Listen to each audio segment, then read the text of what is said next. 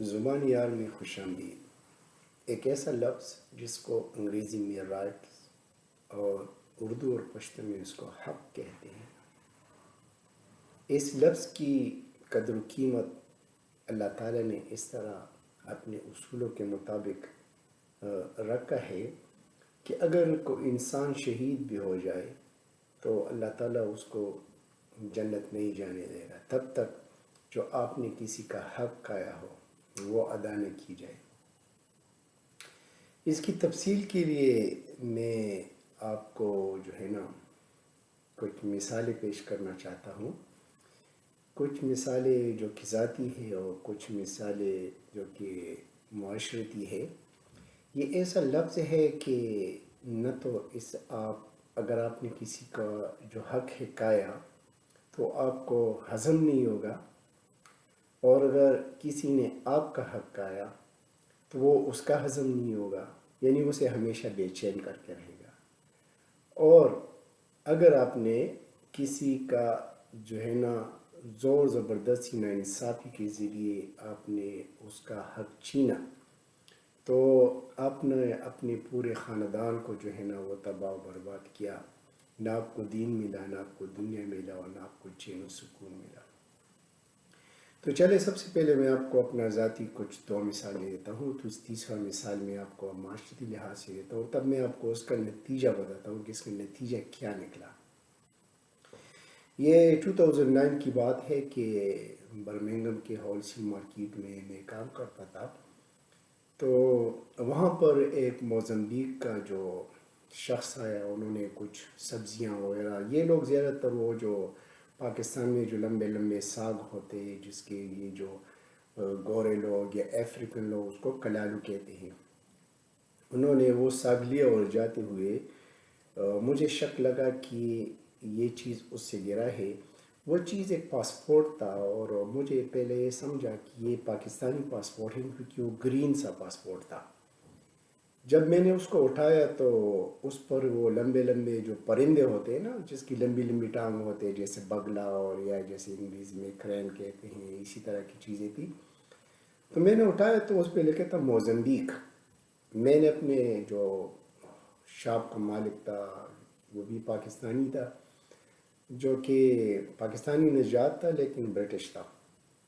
میں نے وہ اس کو دکھایا کہ صاحب یہ کسی سے گرا ہے، تو انہوں نے کہا کہ عمر عمر عمر عمر بس کسی کو نہیں بتانی ہے، مجھے دے دو اس کے، کیونکہ یہ جس سے گرا ہے نا وہ بندہ اس کے پیچھے آئے گا، وہ اس کا ریوارڈ لگائے گا۔ مطلب یہ ہے کہ کسی سے جو یہ گم ہو چکا ہے تو اس پر انعام لگائے گا۔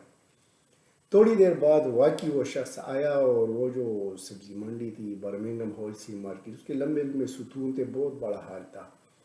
اس کے چند ستونوں پر انہوں نے ایڈ لگایا، اس پر لکھا تھا کہ مجھ سے پاسپورٹ گر چکا ہے اور کسی کو ملا تو میں 200 پاؤنڈ دوں گا۔ تو میں نے اپنے گاہکوں کو بتایا کہ دیکھو وہ شخص آ گیا، تقریباً 1 گھنٹہ کے بعد آیا تھا، کیونکہ پھر بھی ہم شاپ ہی میں تھے۔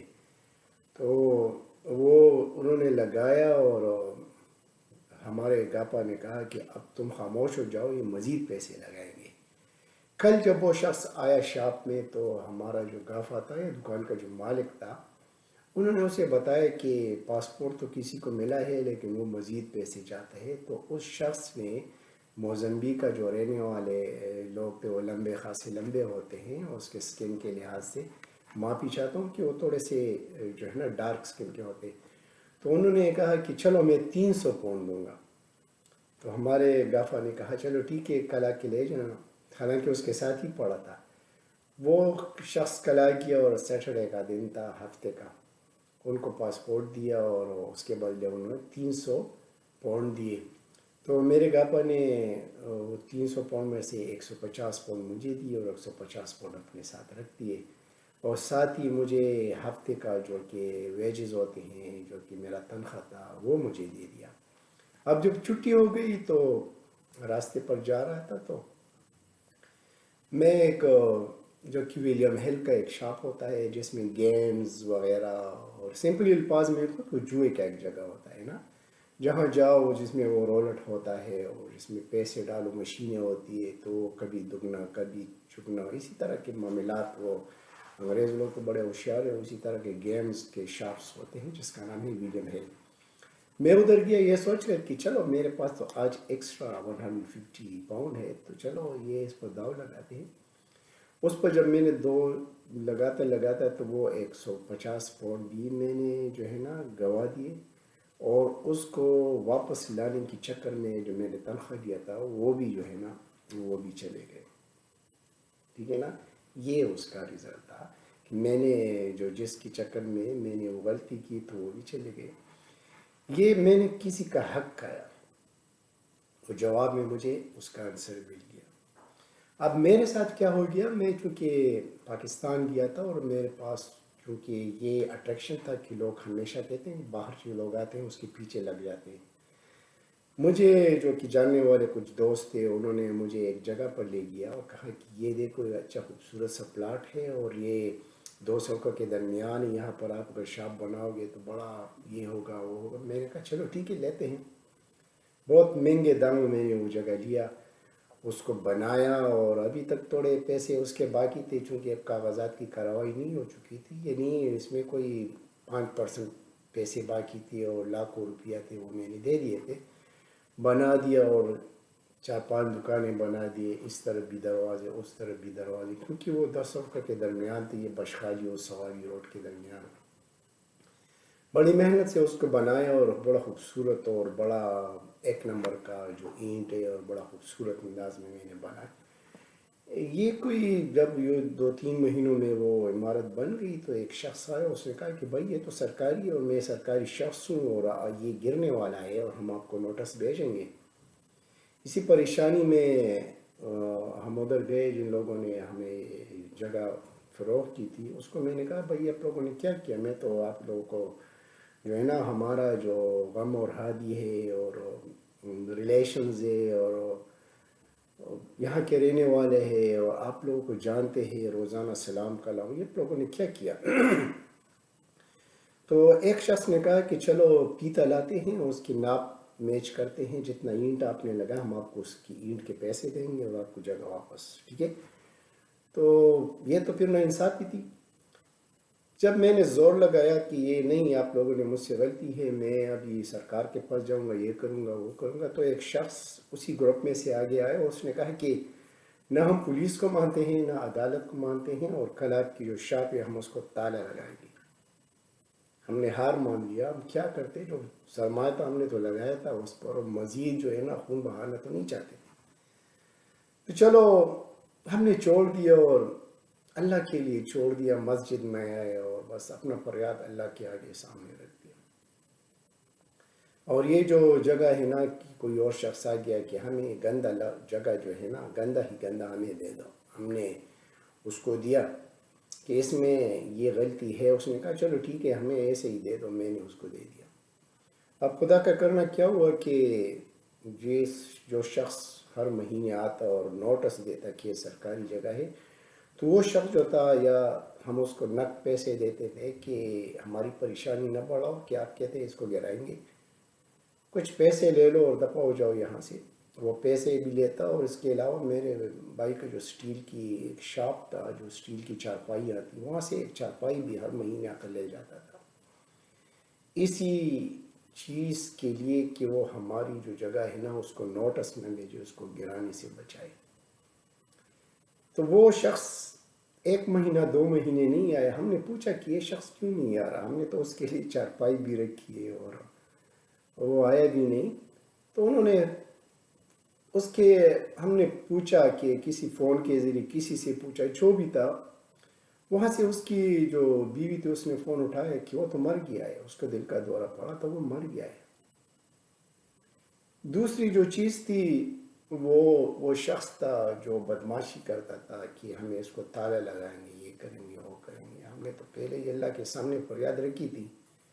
وہ شخص بھی پتہ نہیں، شاید کوئی کہتا ہے کہ دودھ پیا تھا، اچھا کوئی کہتا ہے کہ دل کا دورہ پڑا تھا، کوئی کہتا ہے کہ جو اس کا ایک الگ جگہ تھا، ایک بنگلہ اس نے بنایا تھا، اس میں مردہ پایا گیا. یہ جو چیز ہے یہ کسی کو ہضم نہیں تھی. وہ بھی مر گیا اور جو بدماشی کرتا تھا وہ بھی چلا گیا. اور ہمیں جو بے چین بنایا تھا اس جگہ نے، وہ ہم نے جو ہے نا کسی کو دے دیا کہ چلو اللہ آپ کے لیے جگہ جنت کرے۔ اب آتے ہیں یہ جو کہ ہمارے معاشرے میں ایک لڑکی کے ساتھ ہو چکا ہے، میں اس کا تصویر بھی شاید میں آپ کے سامنے یہاں لگاؤں کہ سوات کے علاقے میں ایک بوڑھا شخص بے بس جو کہ بہت ایجڈ شخص ہے، اس کی پراپرٹی کو کسی نے ناحق جو ہے نا قبضہ کر کے رکھا تھا۔ اس کی بیٹی آگے آئی اور اپنے ابا سے کہا کہ میں آپ کا جو ہے نا بیٹا ہوں، آپ کا حق کا میں پوچھوں گا۔ وہ بیچاری بہت لڑی، بہت اپنے حق کے لیے لڑی، آخرکار عدالتوں تک گئی اور آخرکار اس حد تک آئی کہ انہوں نے پریس کانفرنس کیا کہ دیکھو جن لوگوں نے ہماری زمینوں پر ناحق قبضہ رکھا ہے، خدا کیجیے یہ لوگ وہی لوگ ہیں، یہ لوگ ہیں، اس کے یہ نام ہے، ہماری زمینیں سے چھڑاؤ۔ یہ فریاد انہوں نے کی اور کل اس بیچاری کو اپنے والد کے ساتھ بھون ڈالا، قتل کیا۔ تو یہ مثالیں آپ دیکھو ہماری حکومت کی، تو یہ بے بسی ہے کہ میں تو جانتا ہوں کہ انٹرنیشنل لیول پر ہمارا ڈیفنس سسٹم جو ہے بڑا مضبوط ہے، لیکن اندرونی سطح پر معاشرتی لحاظ سے یہاں پر جو عوام ہے اس کو کوئی جو ہے نا وہ حفاظت نہیں ہے، لوگوں کو پوچھنے والا نہیں ہے کچھ لوگ۔ اب ان لوگوں نے معصوموں کو جو مار دیا، شاید وہ کچھ پیسے دے کر اور کچھ اپنے آپ کو بچا کے رکھے گا، لیکن میرا سوال تو یہی ہے کیا ان کو سکون ملے گا؟ چند دن کی زندگی ہے، یہ جو بے چینی ہے نا یہ ان کے بچوں میں کنورٹ ہوگی، ان کے بچوں کے خون میں شامل ہوگا کہ ہم کسی کا حق کا رہے ہیں، ان کے آنے والے بچوں میں ہوگا کہ وہی زمین ہے جس کے لیے میرے آبا و اجداد نے ناحق خون کیا تھا۔ یہ دیکھو یہ ان کے خون میں شامل ہوگا، ان کو ہضم ہی نہیں ہوگا، ان کو چین ہی نہیں دے گا، نہ یہ دنیا سنور جائے گی نہ وہ دنیا سنور جائے گی۔ تو میرا آپ سے یہ ریکویسٹ ایک ہے کہ ایک اپنی حلال کی کمائی کا ہے، چھوٹا ہے زیادہ ہے، سکون سے رہے، کسی کا نہ حق نہ کرے، پھر وہ ہضم نہیں ہوگا، آپ کو سکون نہیں دے گا، آپ کو چین نہیں دے گا۔ تھوڑی سی زندگی ہے اور ہنستے خوشی سے جیو اور اپنے والدین کی خدمت کرو، یہی آپ کی سکون ہے، یہی آپ کی جنت ہے۔ دعا میں یاد کیجیے گا۔ السلام۔